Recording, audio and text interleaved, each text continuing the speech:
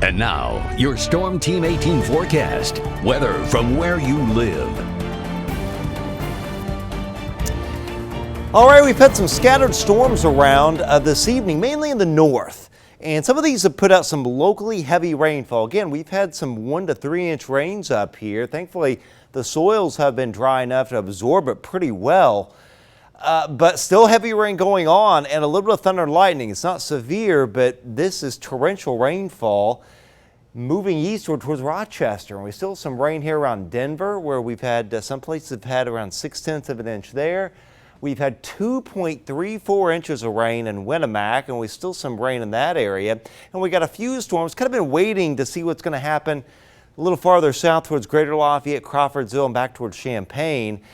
We do have a few storms that have been occasionally popping this evening, and these are moving eastward. So I think a good rule for the rest of the night is we may have to keep at least a few storms in the forecast right up through about 4 o'clock in the morning or so, and then watch for some areas of fog, especially in areas that receive the greatest amount of rainfall. And then this little low eventually kind of weakens and wobbles eastward, and it'll bring some additional episodes of some showers and storms. So again, a few more showers and storms can't be ruled out right through 3 or 4 a.m. Then watch for the areas of dense fog in places. Lows only at 66, and 64 to 68 should do it. Viewing area wide. Nice June kind of night around here. After the fog in the morning, there could be a few isolated storms tomorrow afternoon, with highs low to mid 80s, but it's going to feel like it's in the mid 80s to around 90 with the higher humidity.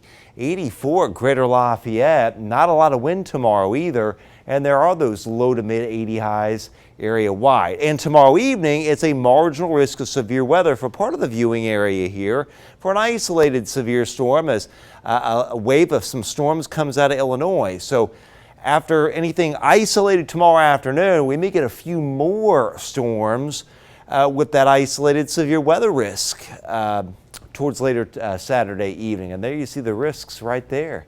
Any tornado risk would be a brief, weak little EF0 spin up. This is no big deal with big tornadoes or anything like that. Any hail or wind would be isolated too.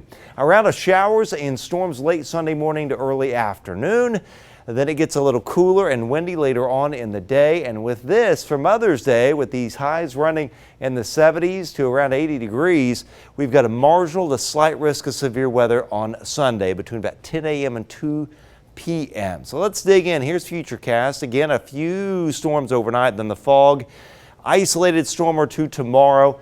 A few of these storms in our southwest tomorrow evening, and then watch Sunday. This is why there's marginal to slight risk. Watch these storms move southeastward. All right, your 7-day forecast looks like this.